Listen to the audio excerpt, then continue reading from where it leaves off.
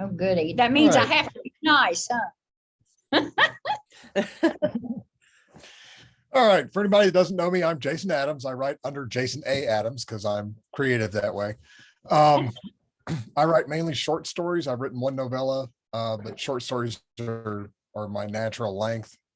Been doing a lot of collections here lately. I sell stories individually, but I also sell them and bundle them into 5-story collections, usually with a theme, sometimes not. I started writing in 2015. And since then I've had several stories published in magazines, Fiction River, Pulp House, MCM, Mystery Crime Mayhem, Blaze Word Presents, and a few others. But I also publish them myself individually. Like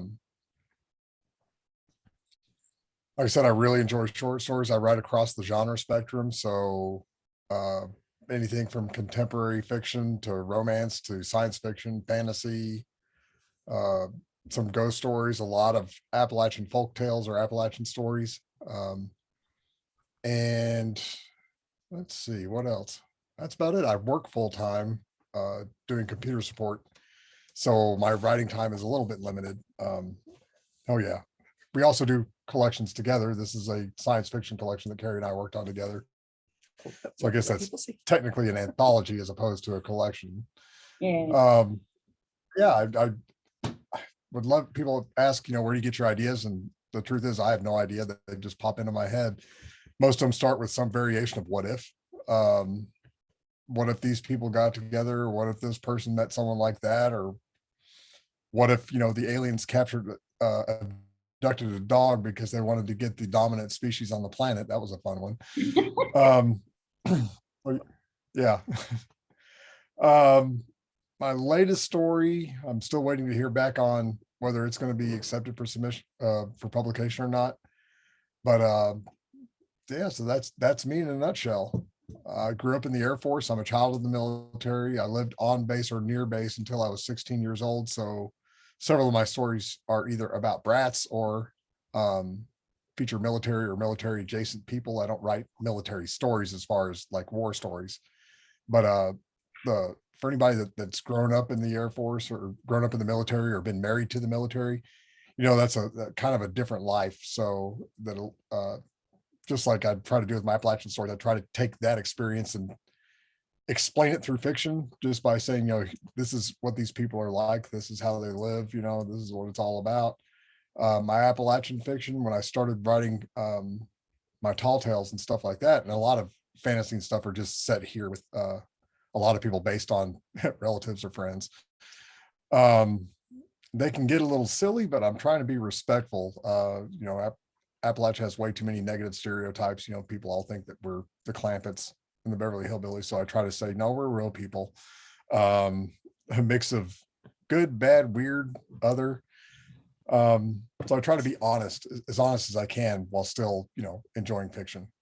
So I've got most everything I have, because I'm terrible at updating it, but most everything I have is available on my website, where there's also a sign up for a newsletter. And that's just www.jasonadams.info, because there's 8,000 Jason Adamses in the world and .com is already taken. But jasonadams.info will get you to me, email addresses and everything. Oh yeah. And spiralpublishing.net is our joint publishing venture that we do. So it's just spiralpublishing.net. And that's got my stuff, Carrie's stuff, the nonfiction that we publish from Carrie's uncle. If you've ever seen the postcard book of Southwest Virginia, I was kind of involved in that, did a little bit of proofreading, but that book is an incredible homage to Carrie's InDesign skills. But that's about it for me. I'll let the next person go. Thank you, Jason. I appreciate it. Okay, the next one on the list is Carol Cutler. Carol, let's hear what you got to say. Hi, everybody. I'm a fairly new Appalachian Authors Guild member, and I have a book that was recently published by Hoot Books Publishing. With Victoria's help, I appreciated it. It's a fiction book. It's called Buchanan County Dreaming. And it's 272 pages. It has 3 parts. The first part's called Shaking Bushes. And the second part is, let's see, Silver Linings. And the third part is Outside Light. So it's a book about the plight of people who are native to Buchanan County, who have lived in Buchanan County, or people whose family have owned land in Buchanan County. And it's about how the people and land have been used for how many years? 100 years by the coal and gas industry. So there's a lot in there about family conflict, conflict between corporations and families. There's also a romance in the story. I have been working on it for several years, so finally got it put together. But I grew up in Tazewell County and come back to the area as often as I can, once or twice a year, probably. That's about it. It's about it for me. Right now, I'm retired. I have been a teacher of nursing and have a dog and a cat at home and 3 children grown and 4 grandchildren. Thank you, Carol. That is excellent to hear. How long ago has it been since you lived in Tazewell County? Oh, well, we moved away from there when I was 14. Okay, you've been gone a while. I still live in Tazewell County. Oh, okay, do you? Yeah, Linda, is your last name Hoagland? Yes.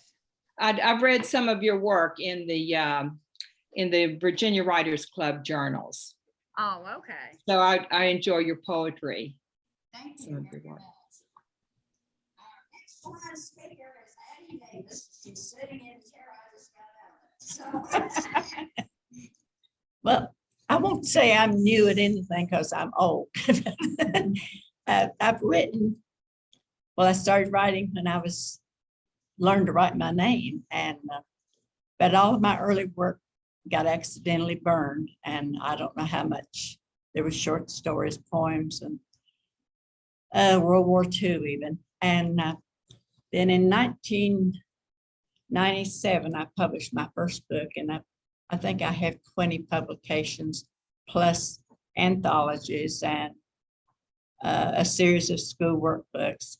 I'm a series writer. I have a 4-book series about the Scotch Irish who settled in the Appalachian coal fields. I have a 3-book mystery series, and in the second book, the lady was put on the witness stand and revealed a secret she'd kept all her life. So it was a 2-book spinoff on that series, and it's called The Margie Meadows Story. And I've had traditional publishers and other kinds, but I moved all my books to Kindle Publishing, and Vicki she moved everything for me, and she helps me. So I just go with Kindle Publishing, and my books are selling well on Amazon now, thank God. But I still write, and today I thought I'd shock everybody and read a short story that I have. It's very short, but I thought it's different and something you probably wouldn't expect from Addie Davis. So the name of it is The Price of Cadillacs and Diamonds. Priscilla Matheny parked at an obscure spot on the lower end of the parking lot and got out. Not wanting any attention, she quickly reached the door of the town's classiest funeral parlor. She'd left her coat in the car and was shivering by the time she made it inside. October was a cold month. Her marriage had taken place in October, but it was in the 7th year that she learned how cold October can be. Priscilla, I'm so sorry. I know you'll miss Jerry so much. We will all miss him. Priscilla turned and smiled, knowing Miranda was one of the we who would miss him. Thanks, Miranda. You're right. He'll be missed. She quietly found a seat and smiled as she remembered buying her new dress. The shock registered on the saleswoman's face was a dead giveaway that Priscilla wasn't the only Mrs. Jerry Matheny this woman had met. When the organ started, Priscilla breathed a sigh of relief and settled back to hear what lies would pour from the pulpit about her virtuous husband. That car accident had turned him into a saint. There was a rustling in the aisle as her mother-in-law took the seat beside it. Now it would soon be over and nobody would ever have to know. The organ music came to a halt and then Pastor David Beacon rose to his feet and stepped forward. Just as Priscilla expected, Jerry Matheny was canonized in solemn tones as Mrs. Matheny and her daughter softly wept. Priscilla dropped her head, for she could not produce one tear. Her tears were all dried up. Finally, Reverend Beacon finished, but stated that by special request, Jerry's lawyer, Mr. Jacob Shaker, was to read a letter which Jerry had left with his will. Priscilla gasped in surprise and wondered what kind of weird trick Jerry had hatched. She glanced around the room and noticed that this announcement had also gotten the attention of most of the people in the room. Mr. Shaker held up the manila envelope and slid it open along the top as if to show that he had no prior knowledge of its contents. He stepped closer to the microphone and began. To my many, many friends and my dear, faithful, and forgiving wife, I wish to make a few confessions. This is a final effort to atone for the wrongs I have inflicted on each of you. Suddenly, Mr. Shaker had the strangest look on his face. He looked as if he's about to laugh and was trying his best to refrain from it. He cleared his throat and began. I ask that my dearest friend Henry Spencer forgive me and not think too badly of me, for truly I only slept with his wife one time. It was that night I went to his house to tell her that he would be staying in Chicago overnight. It was at Henry's request. He knows how scared his wife is of storms. I think she felt a lot safer while I was there. Why, that damn Henry realized he was speaking aloud as he jumped from his seat, leaving poor Miranda to hide her face and practically run from the room. Snickers were heard around the room, and Priscilla smiled and thought of the times Miranda had looked at her scornfully and asked, where in the world did you get that dress? The color is all wrong for you. Once the room was settled, Mr. Shaker began again. I want Pete Frazier to know that I enjoyed his wife as much as he did, and she is truly great. On that score, he has nothing to be ashamed of, and I can say that from experience. I tried to make it up to him by helping him start his own business and sent many clients his way. My sweet Priscilla was rewarded handsomely, which will be noted in my will. Priscilla covered her face, which was beet red in embarrassment. Priscilla had married 7 years the October she found out about Jerry's visits to Pete Frazier's house. That was the October she cried and then blamed herself, and he promised he would never happen again. That was the year she got all new furniture for her house. Pete Frazier turned and looked at his wife. You rotten. He stopped and rose slowly from his feet, turned and looked at the rest. He didn't embarrass me. He gave me a way out. I wish he was alive. I'd thank you. He walked from the room looking straight ahead. This went on for several more of his male friends and 3 women who slipped soundlessly from the room before their names were called. When the last couple stormed, loudly fainted, or cursed as they were walked or were carried out, Priscilla rose sedately to her feet and walked out with the poise of a Jackie Kennedy. She walked to another room where the will was to be read and took a seat. When this was over and Mr. Shaker handed her that $10,000 check, she arose and walked quietly out to her new Cadillac. She pushed her new mink coat across the seat as she got in and drove out of the parking lot with her GPS set for Reno, Nevada. She'd always wanted to go there, and now she had the money to do it with. Rat poison takes a while, but it does work. I'm sorry, that's all I have for you today.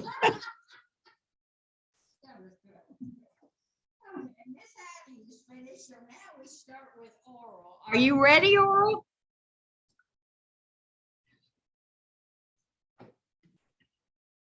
Hello, Yes. Are you there? can you hear me? Yes, we can hear you. Cool. I can't get the picture to work whatsoever. I Okay. switched to my that's fine. recording mic and it seems to be working. So there's that.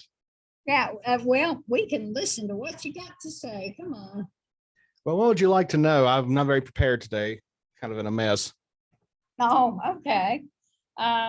What kind of writing do you do? Well, I love writing in my fantasy series, which is more darker side, a little bit more of a horror, dark fantasy stuff. And I'm also working on a new IP, which is science fiction. Oh, okay. How much time do you spend writing, or are you like everybody else whenever you can? Whenever I can. I, I'm I- currently, no, sorry. sorry, I understand that answer. Add to it for me. Well, I make time when I can. You know, I'm still working in classes to get my master's, hopefully be done next year. Between that and spending time with my family. You get work where you work when you can, you get stuff done when you can. Slow but rewarding process. Yeah, I know. Let's see. Is there anything else you need to let us know about? What was the name of your first book? Jason wants to know. Rise of Lord Therigan. Rise of Lord Farragut. Okay. You can find them on Amazon, and I also sell copies in person when I go set up at conventions. Mhm. I wanted to ask, are you going to be at the Highlands Arts Festival in July? Possibly. I am working another job then, which is mostly night shifts. So I'll see if I can work out how to balance it. Good. Okay. Do you have anything else you want to add, Oral? Not really. I'm just enjoying listening to everybody and being part of the group here. It's great.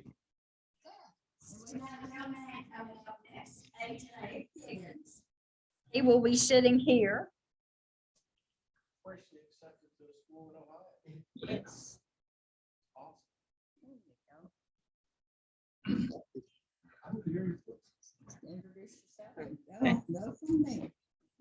Well, my name is AJ Higgins. I mainly write poetry and I try to write short stories, but I haven't been that successful. But I have a lot of ideas, but I mainly write poetry, and I'll be 17 on the 10th. And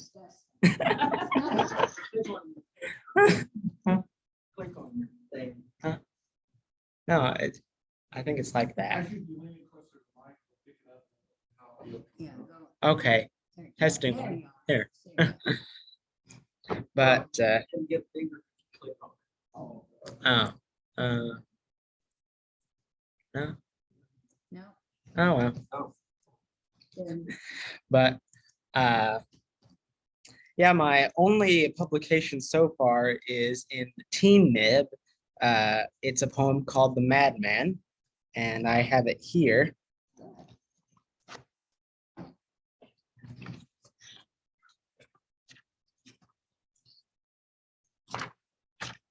My poem, The Madman.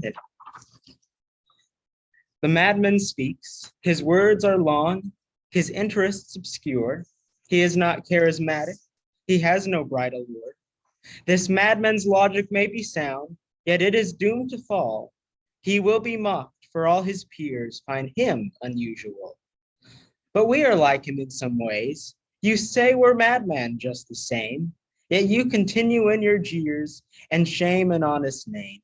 For you to ride this honest man and every honest word, because you think his thoughts are odd, yet you have never heard. You call him mad and crazy for saying what is true. You lie about his character. Is truth disturbing you? Oh, madman, take up courage through all hostilities. Though blind men call you blind, you are the one who sees.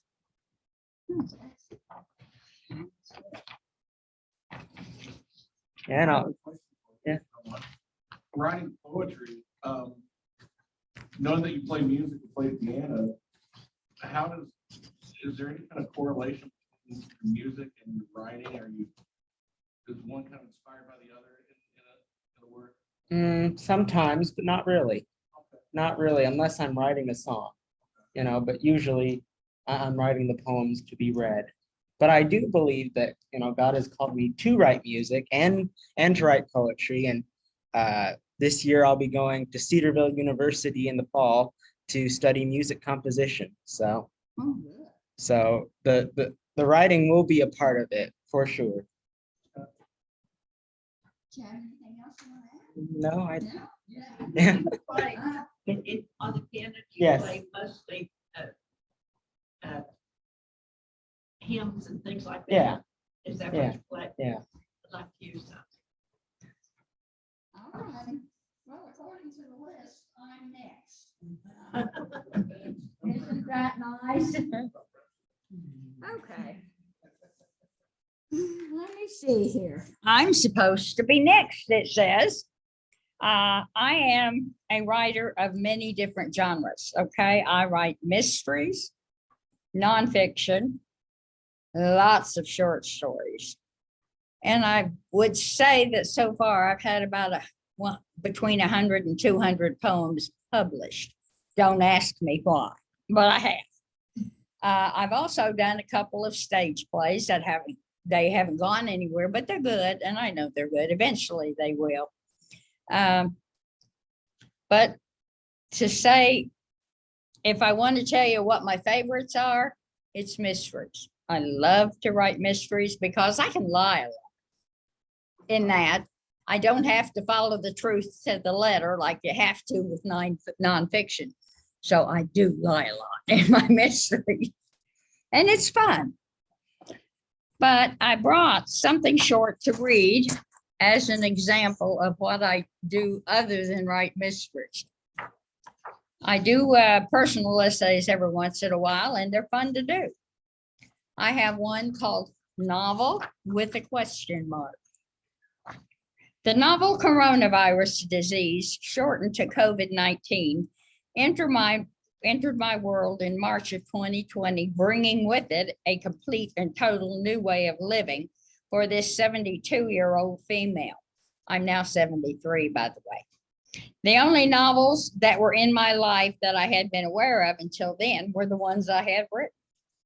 The oddest thing I experienced in all the years of living with the shortage of toilet paper. When I was a young adult, I went to visit my Uncle Jim in Southwest Virginia, who was living in my mother's home place. I found it difficult to walk through the house at the time because he was saving paper. Piles of newspapers, magazines, and rolls of toilet paper filled the parlor, so much so that I had to travel through tunnels to get through the room. He said that he knew a paper shortage was coming, and he was saving all of it for that day, despite the fact that we warned him again and again that the 100-year-old house was a fire hazard with all of the papers stacked inside. He refused to get rid of them. Guess what? The house burned to the ground. Fortunately, my Uncle Jim wasn't at home when that happened, or he might have burned with the house. And lo and behold, there was a toilet paper shortage. Moving on. The new deal of seniors having to shop for groceries at 7 a.m. was no big deal to me, but I had friends who were not up and navigating that early in the morning. With groceries, we all had to buy hand sanitizer and masks. There were warnings about the alcohol content in hand sanitizer, which was something I paid no attention to because I had collected small bottles given away at festivals and health functions over the previous year. I rarely had to buy any hand sanitizer at all. The masks were a different problem to tackle. I crocheted masks and lined them with cotton filter layer to prevent the germs from escaping my mouth or entering another's spit spray. I stopped making them because I couldn't sell them for what they were worth. I bought the disposable masks in quantities of 50. I bought the scarf type mask that I wore around my neck. I bought the specialized masks that had copper in them and other healing and healthful additives. I usually grabbed whatever one was handy, healthy or not. Social distancing was good when everyone participated, but there were times it wasn't possible. Passing each other in the grocery aisle when you saw someone you knew didn't allow for the 6-foot distance. I wasn't about to ask them to step away because I was glad to be able to talk with someone, even if it was for only a moment or two. Starving the interaction with with another person only accentuated the loneliness I felt as a widow. Every television I owned was on and softly playing to give me the delusion of someone being in the house with me. Loneliness was a hard pill to swallow at times, and the fact that visitation from anybody was discouraged didn't help me a bit. The cable man stopped by to perform a minor repair, and I was so glad to see the polite young man enter my house. Pitiful, wasn't it?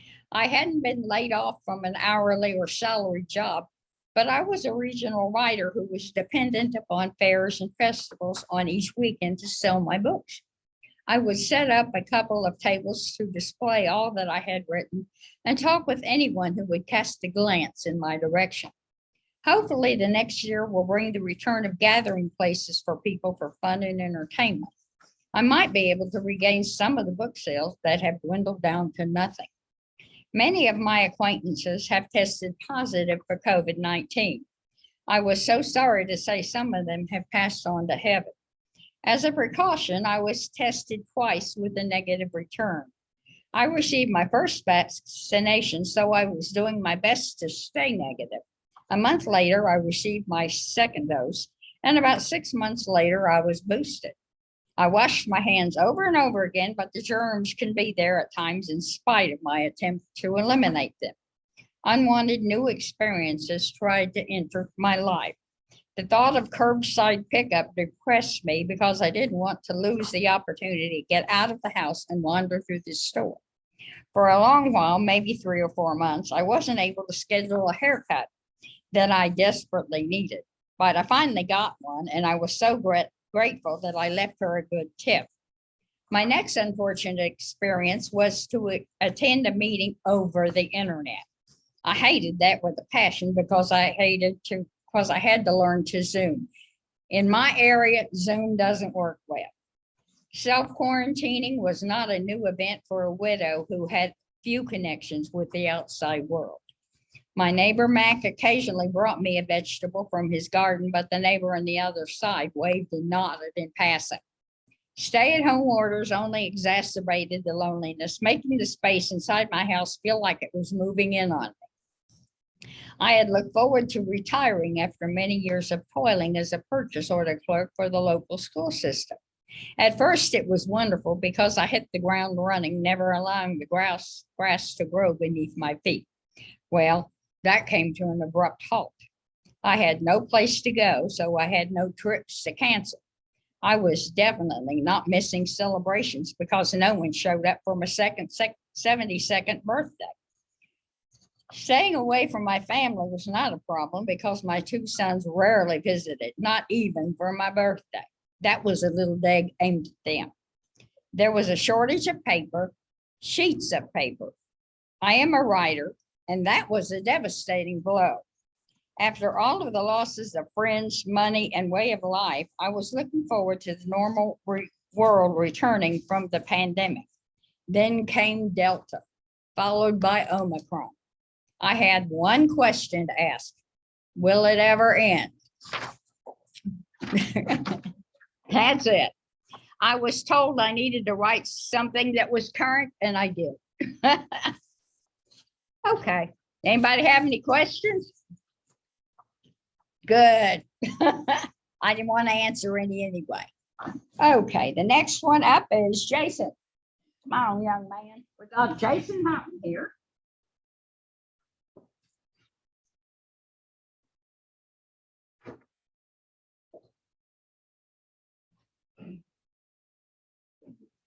Tell them who you are and go from there.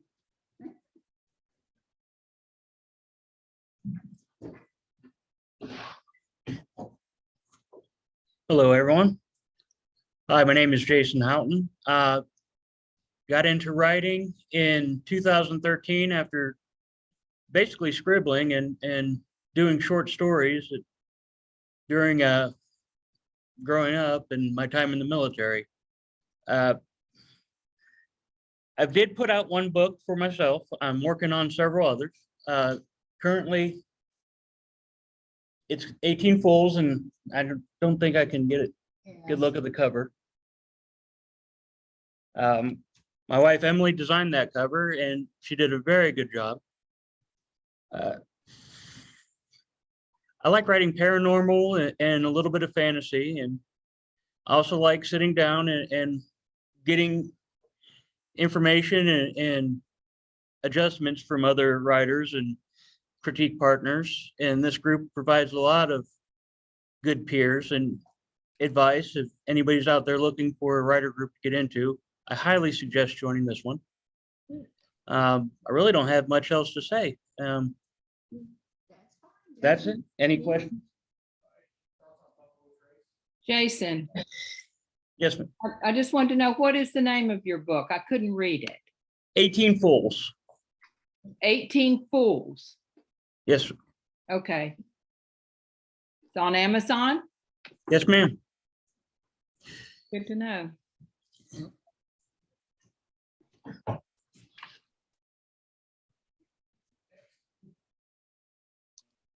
Rose, you're next on my list. Are you there? She was. Yes, ma'am, I Oh, am. good. I just had to unmute.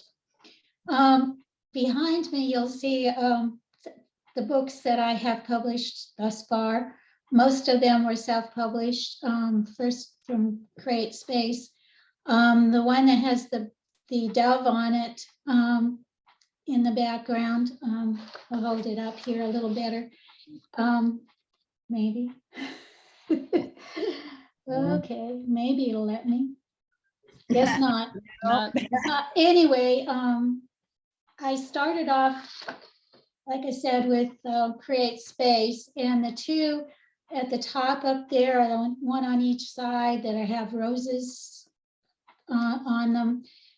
Those are my two poetry collections, and it's actually a 2-volume set of my poetry over 50 years. So I've been writing poetry for more than 50 years.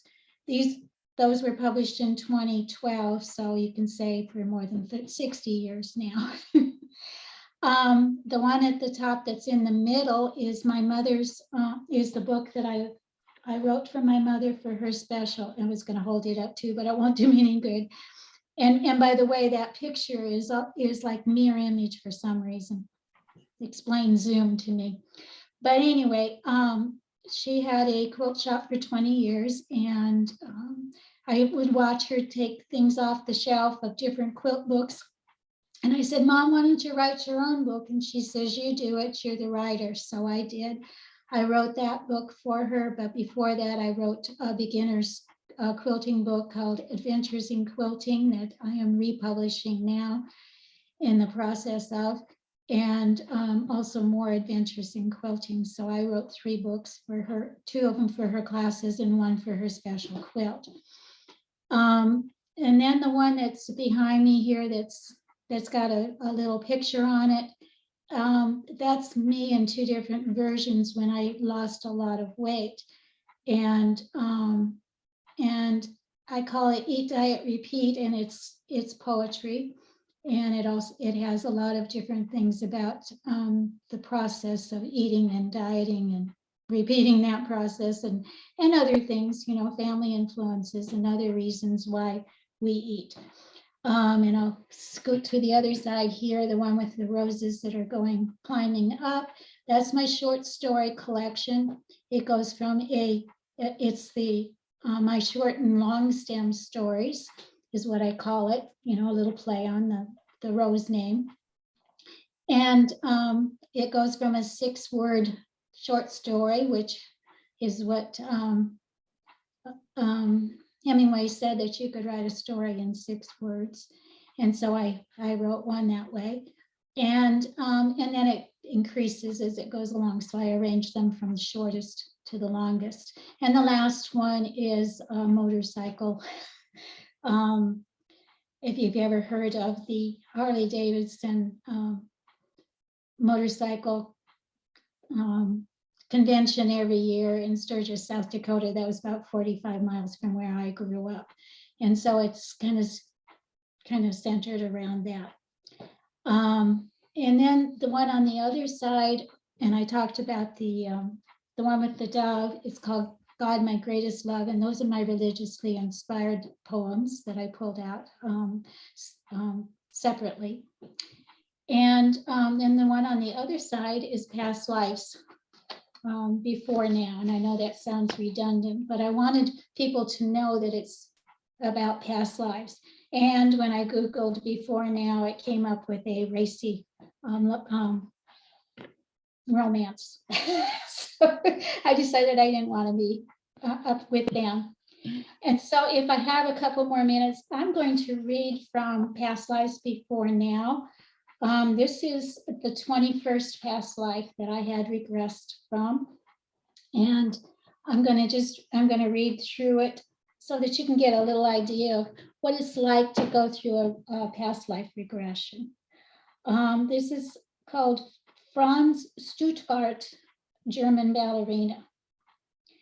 And this is a full regression. I had some short ones that were part of a group discussion, and this one happens to be a full regression, which took more than an hour. And it was with a medical intuitive. She has intuitive skills, plus she has she can see auras and see what your medical issues are. But anyway, Franz Stuttgart is a tall ballerina, and she's from Germany, and the time was pre-World War I. And the first thing that she always has us do after we go through the process of getting me hypnotized is she will ask me to look at my feet. And that's where you start from. What do you see on your feet? So it says, in your mind's eye, what do you perceive are on your feet? And my answer is pink ballet slippers. I'm practicing, not learning it. Can you describe the room? Gymnasium size, a wooden floor with mirrors all along one end. When you look in the mirror, what do you see? Can you describe yourself? I have very, very dark hair pulled back into a bun. I'm tall and slender, too tall. I've been criticized for being too tall. I'm practicing really hard to overcome any criticism. How old are you? In my late 20s. How long have you been dancing? Since I was 6. Childhood. Let's go back to when you first started dancing. What's happening? My mother took me to a German instructor. He is pushy about me being there. Do you want to be there? I'm just shy and a little scared of the situation, but I do want to learn how to dance. There are 3 other girls in class. He is a very harsh-voiced German instructor, very precise. How long did your lessons last? Were they hours or all morning from 8 until noon? Every day? I sighed. No, 3 times a week. But we had practice exercises and stretches at home as well. Was this something you wanted to do or something your mother wanted you to do? A combination. I've been play dancing at home. She pushed me into lessons. Now she's rather serious. She makes sure I do practices and am there on time for lessons. Even if I quit, she has to finish the payments. Your father? He doesn't care one way or the other. He's gone a lot. Are you an only child? Yes. Describe your home. It's cold, castle-like, with large rooms and high ceilings and a place where I can get lost. Do you have a favorite room? The playroom, because there I'm with my dolls and don't have to do anything. A servant watches over me. Anna's not a nanny. My mother didn't want one for me. Once in a while, when mother's busy, Anna makes sure I'm okay. Describe Anna. She's in her 20s. Is she nice? Yes. She wishes to be more affluent and pretends this is her house and I'm her little girl. Describe your mother. She's tall and stately. She carries herself very well. She's always busy with social activities. She likes to embroider and needlepoint when she sits. Mostly she receives visitors or goes somewhere. What does your father do? I see him leaving all the time like he's on business trips or something. He's aloof. Children are okay if seen and not heard. He doesn't relate with me very much. Let's move on to the next significant event, my recital. I've studied and practiced for this big demonstration. I've had some little performances before with the group. This is a solo. I have to be very, very precise. I am so scared I'll misstep. I'm being put on show to demonstrate how well the instructor teaches little girls. We're at my house. Mother's invited several of her contacts, so that's why it's just me. The instructor will show me off so he can sign more students. It's not just pressure on me being perfect. It's perfect for him and perfect for mom. And I sighed. How old are you? 12. I studied with him for 6 years. What are you wearing? A blue leotard and my blue matching tutu. Blue feels like a transition color, a graduation from the pink. What happens next? I only stumble a bit when he goofed on the piano. Otherwise, I was perfect. Ooh, I felt so good. I'm mad though because I stumbled with my movement. I should have been professional enough to ignore the piano problem. What is everybody's reaction to your performance? They politely applaud. Then I'm sent to my room while they conduct their business. I felt very dismissed. What happens next? Anna helps me get dressed. She hugs me. I'm relieved it's over. I kicked myself for not being perfect. And how do you feel about dancing? Do you love it still? I love dancing. I get lost when I feel the music. I'm part of the song. Every note ripples. It brings tears to my eyes just thinking about it. Let's move on to the next significant event. I'm at my audition for the ballet company in a concert auditorium, like Carnegie Hall. I wait my turn with a dozen ballerinas. 3 will be chosen. The competition is pretty keen. How old are you? 20. I feel pretty confident, even though I'm tall. The dance lessons help me to keep my head up and not feel like I have to stoop down to talk to people. But I'm about a head taller than most of the ballerinas there. How many judges are there? 3. My teacher is not one of the judges. He's not there in the audience or in the wings. My mother's not there either. I'm alone, and this audition is my choice. On the rehearsal stage, I practice some leaps. A male dancer catches me. I must be very tall because I'm taller than he is. How do you feel? I'm doing all the right things. I feel the music. I feel like everything works just great. My height is the only obstacle. Let's move ahead. How does this turn out?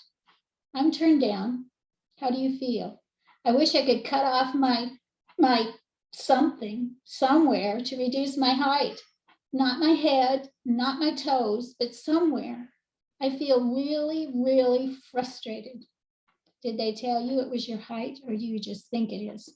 They said, it's the view from the audience and out of balance for the ballerina to be taller than everyone, especially the man. It just isn't going to work out. They compared all of the male dancers in their company. None are taller. Let's move to the next significant event in that lifetime. What's happening? I am at my school studio practicing. It doesn't matter whether I'm tall or not, because all of my students are young and short. I am really, really good at my instructional technique. I perform for my students and occasionally on my own. I still dance in front of audiences. Do you have a favorite performance? Swan Lake. Even though the male who performs with me is shorter than I am, it's okay. The audience watches me as the instructor.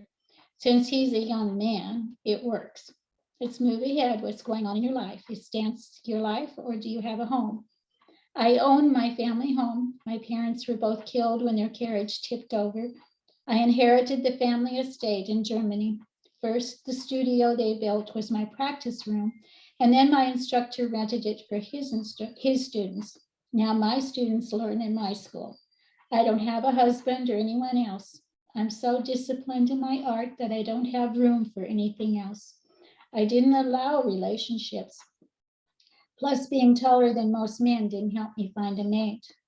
Let's move ahead to the next significant event in that lifetime. I'm older. I enjoy a performance of my students. There are 4 of my students on the stage at the ballet company where I washed out. I imagine I'm still on the stage in the person of them. I watch, but I'm right there with them. I feel every note. My muscles tingle. It's beautiful. Did you ever travel anywhere with them? No, I didn't tour. It was too busy with my studio of students. Do you like your students? Yes, I'm understandably tough on them. I'm not quite as harsh as my instructor, but I demand perfection of form. Now I require them to audition before I accept them in my class. I interview them to see how serious they are about ballet. I don't want them to waste my time. Cause of death. Rose, we need to cut it off. Okay. Okay, I just want to just say one more thing, that there is an analysis after each one of these, just to show that there was some purpose for that life. And most of the time, it's one of the four categories of love that is probably missing from somebody's life. Thank you. You're welcome. That was very And interesting. thank you. Mhm. Carrie, you're next up. Hi, everybody. Good to see you. I'm gonna basically just the overview for my writing. I write everything from short stories, which are we do in our teeny little pocket versions, novellas, which are a little bit bigger. Then we could also do our novellas and collections in hardcover now on KDP, which I like. And occasionally I will write very long novels. And this is the first in a series. So there will be more of these. So what we publish them in sizes so you can see exactly how long it's going to be, the novel, novella, short story. We also do collections. This is a collection of mine that is all contemporary fiction, no fantasy, no science fiction, which is unusual for me. And then as Jason showed earlier, we do our joint collections, which is this one science fiction. We have one that we're getting ready to publish here in the next day or two that will be crime fiction. And we've done several Appalachian collections. We both write a lot of Appalachian stories. And as far as professional publications, been in things like the holiday anthologies. Several of these, this happens to be a romance one, Valentine's Romance. And we're both in Mystery, Crime, and Mayhem magazine, which is a collective of writers. There are several of us that write into each different theme. This particular one happens to be science fiction. It was the first one we did that wasn't just straight up mystery, and it was a lot of fun. And we've had the excitement of a different version of Mystery, Crime, and Mayhem. One of our other authors was chosen for a best of mystery list. So that is so exciting to have that happen in a magazine we're part of. And we both just got invited to join the Uncollected anthology, another collective that does urban fantasy. And that thrilled about that because this is something I heard about years ago and thought it would be all kinds of fun. And now we're full-time members. So that's very exciting. And as far as recent writing, I'm going to share my screen here. And this always gets tricky, so hopefully it'll be very easy. Everybody see my screen? Yeah. My website screen? Okay. This was my year last year. I decided I wanted to, first I started to publish 52 short stories because I had several in my inventory backed up, and it's just a good way to invite people into your worlds because, you know, they're only $2.99. They're available all over the place. I can use them as free things on my website. I can send them out to readers. But what I didn't expect was I ended up writing 53 short stories last year. Just got its own momentum and started rolling. And once I saw what was happening, I decided I was going to go with it. So I ended up publishing several collections last year. One of them was a romance novella at the beginning of the year. But every other story every other thing I published last year, besides short stories, was collections. Most of these were written specifically for last year.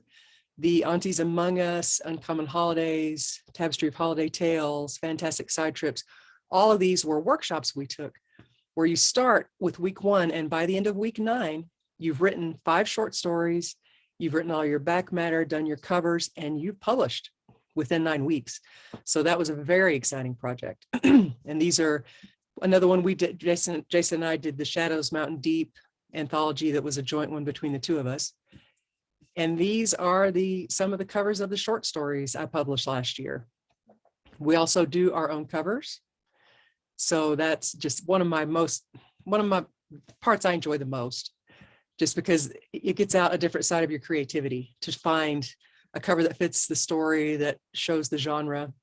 I learned so much about putting together books, how quickly to get them out. We edit each other's short stories, have a proofreader for longer pieces.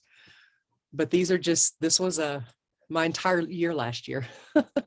And this year I'm going to be doing these workshops again, but I'm also focusing on longer fiction. I've got a epic fantasy series started. I'm working on the 3rd novel of that series. So once that 3rd novel is complete, I'll start publishing those. And this specific collection here that starts with Wings of the Heart, what I did in that case was I went back into that epic fantasy world, and the novels aren't out yet. And I started writing side stories with side characters, which let me explore the world, let me learn more of the magic system, let me learn the different cities that were there. Had so much fun with that. And I'll be doing that coming up now with the same thing. It's going to be a spies collection, and I'm going to do spy stories in each of my different fiction worlds. So just short stories I cannot recommend highly enough. It's just a great way to learn. It's a great way to practice, and a great way to really get your work out there, and no one's having to pay for this book, which I must admit is not super cheap just because of the printing cost. But there's several short stories in this world too. So there's always different doorways into your fiction. And that's it for me. And the website is carriekilgore.com. And also with Jason, we have spiralpublishing.net. And that's my uncle's nonfiction as well. And that's it. Thank you, Karen. That is really interesting. You're welcome. How do you keep your brain straight? Good question. This big calendar back here helps. Carrie, I just had a question. You are very prolific. It's amazing that you did that much work. And I have actually read Hacking Cybercrime. So I enjoyed that quite a bit. Thank you. Is your publishing, do you and Jason just publish each other's work, or do you publish any other people's work if people come to you? What we're set up for right now is our work and my uncle's nonfiction from time to time. We've contemplated, I did actually also publish the AAG anthology last year.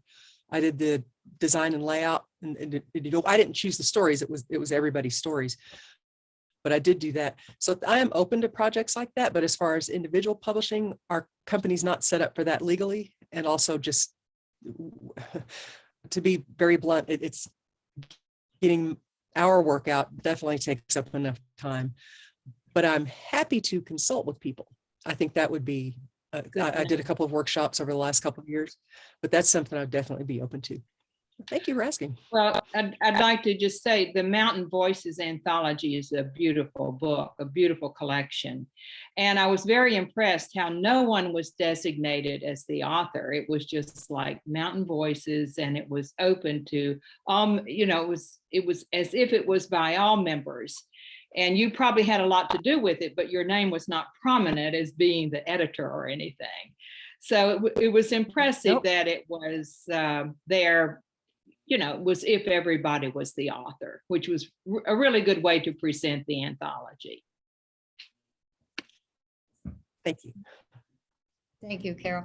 My next question is, I'm not sure, is Delilah O'Haines available? I don't think she came on Zoom today.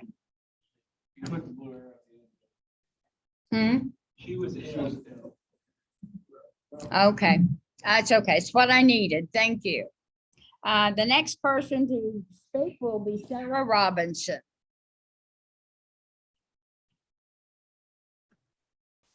Greetings, everybody from Albemarle County and Charlottesville. I am a published poet and an instructor of poetry for the University of Virginia's College at Wise, where I go down as a guest lecturer. Previous to being reincarnated as a poet and creative writer, I spent 35 years in the industrial, chemical, and minerals mining industry, working my way up from technician to vice president of a company. So I've got a long history of the industrial chemical minerals industry, and one of the companies where I was a vice president, we were actually a division of Canadian Pacific, which included their coal mining division, Fording Coal. I've published a number of books. My first book came out in 2009. It was a memoir about my famous father, who was a photographer, and my enigmatic mother. It was called Love Always, Hobby, and Jessie. And it still continues to do well, surprisingly to me. It's full of anecdotal chapters, each sort of reflecting a day in the life.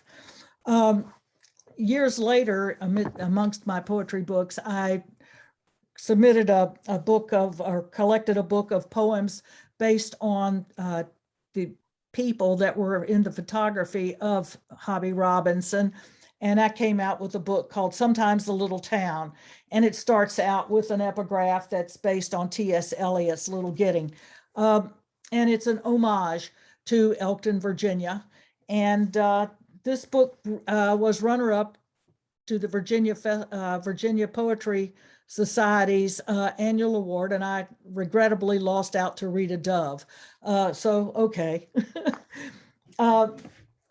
The book that I have spent the most time with in my collections is a book called Needville, which is based on the poetry of, which is poetry based on the effects of coal mining on Southwest Virginia. I've lectured from that down there, and as a matter of fact, Carol Cutler and I are hoping to organize a series of either dramatic readings or plays based on the book in Southwest Virginia. We hope to be a part together at the Highlands Festival in July. This book debuted as a play on March 4th, 2020. I brought in a New York director, and he got to direct all amateurs to put on this performance. And it was a wonderful, remarkable event, because I had to take playwriting in order to come up with this, which was an amazing adventure. At any event, this book is quite special to me, because everyone in your area certainly knows the effect of mountaintop removal and the effects of coal mining, not only on the landscape, but on the people who live there too. I'd like to read real briefly one poem from it, so you can sort of get an idea of where my head is as it applies to Needville.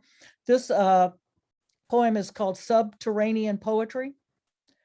For underground poetry to become relevant, it must develop a purpose, like a jaw-clenching machine which breaks coal from rock. Its lines must liberate diamonds from dust and create verse from gems.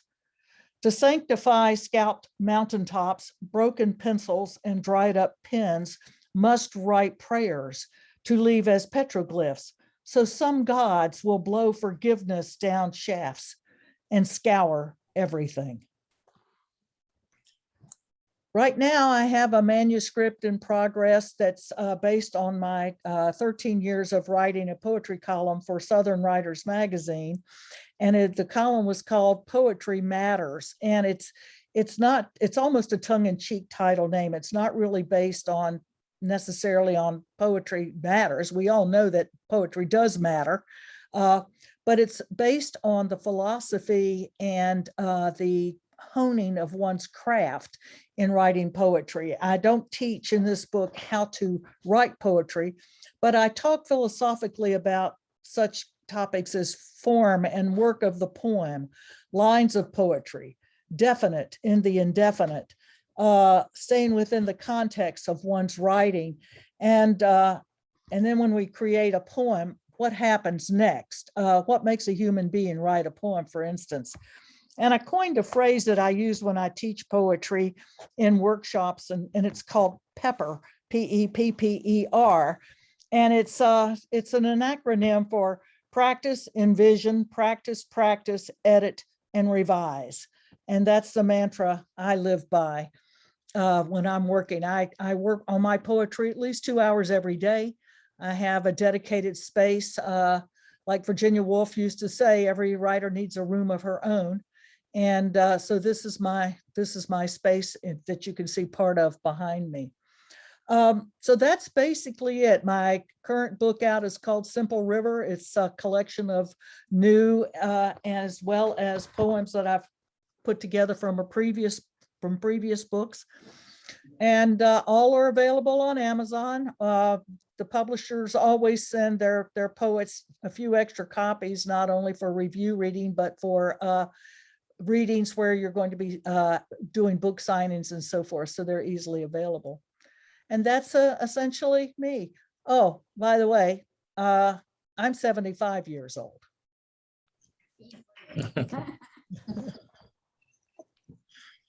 All right, I guess I'm oh. next. Go ahead, Carol. Well, I'm just going to comment on Sarah's work.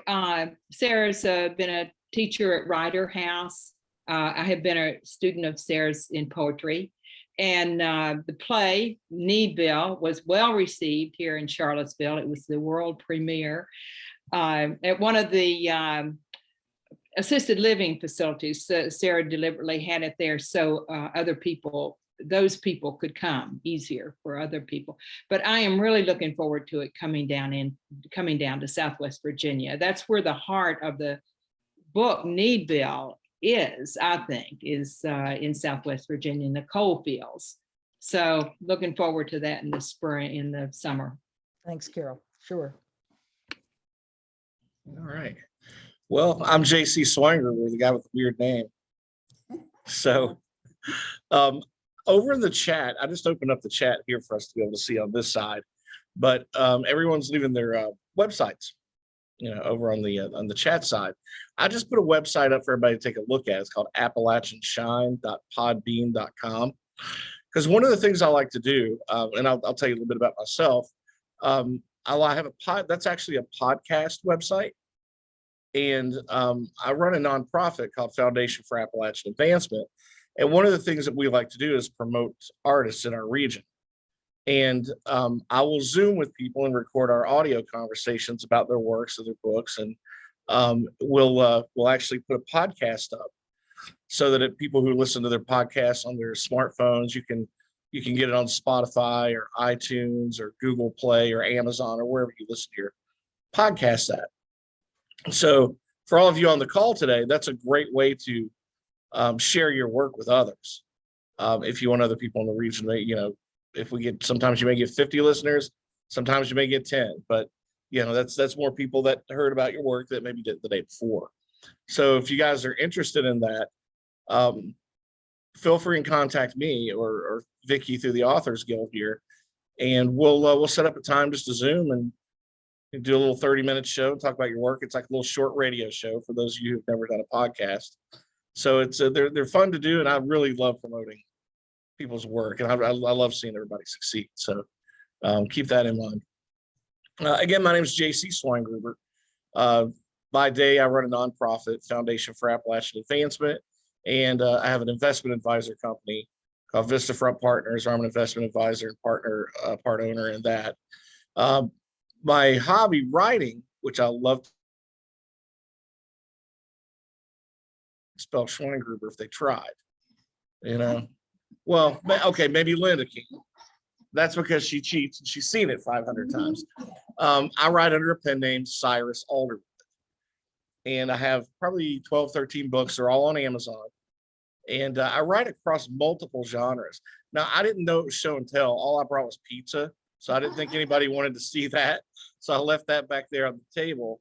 But as far as the books, if you go to Amazon.com and just search Cyrus Alderwood, I write across multiple genres. A couple of the last books I've written, I'm writing a series of books in the comedy adventure genre right now. called the Gonzo Chronicles. And in other words, if somebody gave me a bottle of scotch and said, hey, go write your version of the X-Files, well, that's what you got. So they're kind of shorter. They're not big, long, full-length novels. I did write a very serious novel just a handful of years back called Revelation Calling. And it was a biblical thriller. And it's based loosely on like the New World Order and the Georgia Guidestones. So actually, I took a nice little trip down to Elberton, Georgia, to research this big giant monument that was put up in the middle of nowhere. They call America's Stonehenge. So if you haven't heard of it, just if you Google America's Stonehenge, just the crazy conspiracies that are about this. But I ended up spinning a biblical novel out of this, a biblical thriller out of this. So I thought that was one of my favorite books to write. And I think a lot of people who read that said that's probably one of the best books of mine that they've read. So again, they're all on Amazon, and I write comedy. I got cut my teeth writing horror, and now just whatever I feel like writing, I write a little bit of everything: comedy and political thriller, biblical thrillers, whatever you want to call it. And that's really the gist of me. Alderwood's a lot easier to spell than Schwein. And Linda actually read part of her short story, or I read that short story. I'm actually writing the follow-up to that. It's called The Great Toilet Paper Heist of 2020. So look for that. I'm actually kidding, but maybe not. Maybe I'll actually write that. That sounds like something I would write. But anyway, thanks everybody. And like I said, if you'd like to do a show, feel free and let me know. We'll do a podcast. Any questions? It was Little Caesars, if anybody's wondering what kind of pizza. Okay. The next person up is Jeffrey. Jeffrey, you're going to have to tell me how to say your last name. My last name, can you hear me? Yeah, Smagas. Smagas. Okay, I knew I'd mess it up. So Oh, it's all right. Everybody does. No problem. go right ahead. I have that problem too, and my last name was Hoagland. You'd think it wouldn't be so hard, but it is. Thank you. Yes, well, people have trouble with my first name too. They usually call me Gregory. So, oh well. I had let's see. I'm from the northern part of the Appalachian region, and I'm retired now, about 4.5 years, and I live in Mexico for most of the time. But I worked and lived in New York City for about 35 years. So, but I still am a person from the country. I mean, I grew up in a very small town. But I have a book coming out in May, the 14th of May. It's a murder mystery. I don't have a copy because I'm in Mexico and I can't.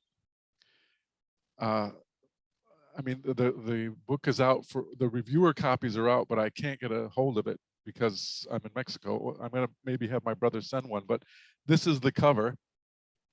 It's called, well, Reportedly Murdered, but it's backwards. I don't know, sorry. And the cover is black and white and red all over, and it's based on my experience as a journalist. I worked for a newspaper in Queens covering crime and local politics. And but before that, I also published, I was lucky to have my book published by Wise Blood Books. And it is this, A Waste of Shame and Other Sad Tales of the Appalachian Foothills. So it has a short novel. Several of the chapters were published independently of the novella, and a number of the short stories were also published. And the first chapter was nominated for a Pushcart Prize. And then I also have my own self-published murder mystery, which is the precursor to the one that's being published in May, called Never Say Murder. I also write rhymed and metered poetry, which I've been writing for most of my life. I know that free verse poetry is what most people have been writing, in journals, but I really like the iambic pentameter. It's a real challenge to write iambic pentameter, and I really like writing particularly sonnets in the Shakespearean form. I have had several poems published just recently in the Classical Poets Society, and a lot of other poetry published in Dappled Things, which is a Catholic journal of arts. What else? I'm a Catholic convert, so my faith is very important to me, and I hope that it's reflected in some regard in my work, in the universal sense of the word Catholic. And that's it. Thanks a lot. Thank you, Jeffrey. We appreciate it. Does anybody have any questions for Jeffrey? Thank you. I did have COVID about 2 years ago. Oh, did you? I did. It was very mild. I had 3 days of fever, and I lost my sense of smell and taste for about a week. But then immediately after that, I got shingles, you know, and that lasted for a month and was much more painful than COVID, by the way. So that's my experience. And down here in Mexico, I'm happy to say that I don't know, I've been very lucky to be here because it's sunny and warm, and I play pickleball, and I go to church across the street, and I'm teaching volunteer. Anyway, thank you. You're welcome. Sarah is wanting to know what kind of scotch JC drinks. Chivas Regal, he said. Now, the next speaker we have is Dan Swanson. My name is Dan Swanson. I'm kind of a late in life aspiring author, like many of the folks I've met along the way. I'm an engineer, I'm a home builder, and hope to be more of a published writer going forward. My life story breaks into 3 fairly distinct chapters. I was born and grew up in Wise County, up toward the Kentucky border, and grew up on a family farm where I said my neighbors really shared 3 attributes. They had large families, they were poor, and their last name was Collins. That was my mother's maiden name. In fact, the place I was born became known later when they assigned 911 addresses as Collins Mountain Road, named after my extended family.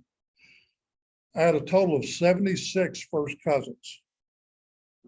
Let that sink in for a minute. And so a lot of my early memories and my writing had to do with the adventures of marauding around the mountains and living on the farm with these 76 first cousins.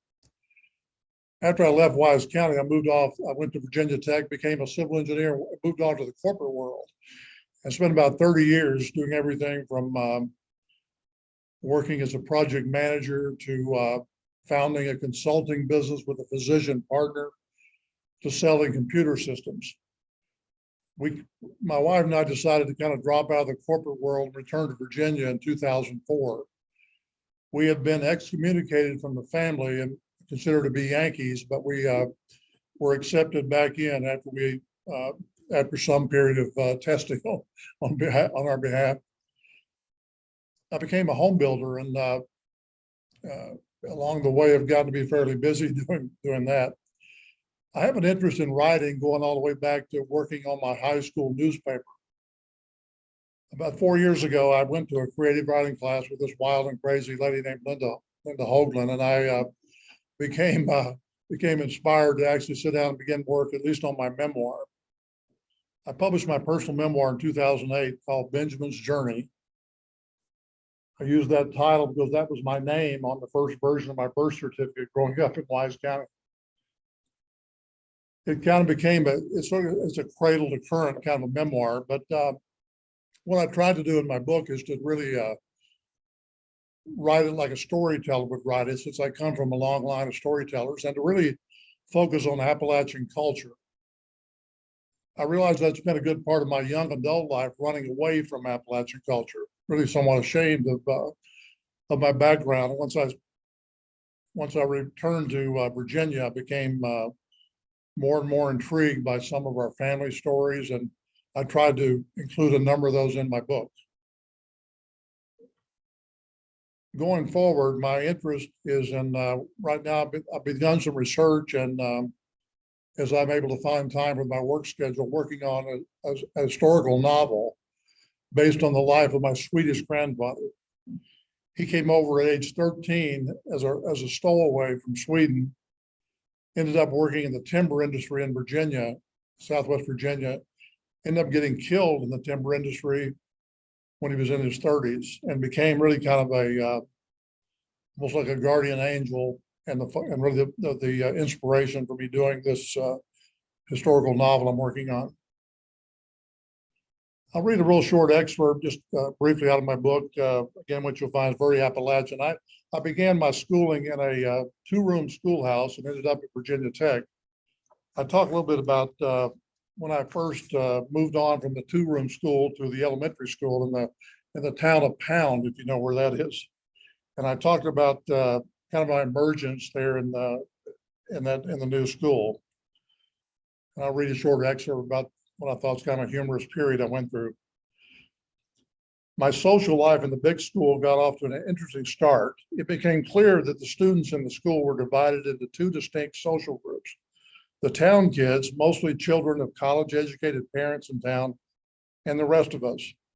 The first group lived in an upscale area in town commonly called the Pound Bottom. I was in the second group. I was convinced I had reached the pinnacle of the social ladder in school one day that winter when I received an invitation to a 12th birthday party for one of my classmates who lived in the bottom. I nervously prepared for my emergence into the social scene in town as the big day approached. On the day of the party, I put on my best clothes, brushed my teeth, and used mouthwash, and slicked down my hair using Brill cream for my cowlicks from a tube in the medicine cabinet. Dad dropped me off early. I scanned the guests and saw a couple of the cutest girls in class. We talked and took turns playing 45 RPM records on a small portable stereo. The menu included small club sandwiches, birthday cake, and fruit punch. The entertainment for the party consisted primarily of an extended game of spin the bottle. For those not familiar with spin the bottle, the game required each participant in turn to spin a glass bottle on the floor, usually a green glass Coke bottle, and kiss the first member of the opposite sex on whom it stopped, square on the lips. Kiss her, my buddies chanted when my turn came, and as they elbowed each other in the ribs and laughed hysterically. I must have kissed all the girls a dozen times, the first time I'd ever kissed a girl. I left the party with chapped lips, a cold that lasted a week, and memories that lasted a lifetime. That sort of sums up my background. But again, I've learned that hanging out with folks in this room and others, that writing becomes a good addiction. I find I miss it when I'm away from it. I look forward to getting back to it and doing more of it. And I think about it a lot when I'm not writing. Any questions? Thank you all. Well, that Dan was the last one on my list. So if anybody's got any questions, now is the time. That it? Let's call it a day. Okay. Thank you all for being part of this program. Thank you very much. Thank you. It's great to see everybody. Thank you.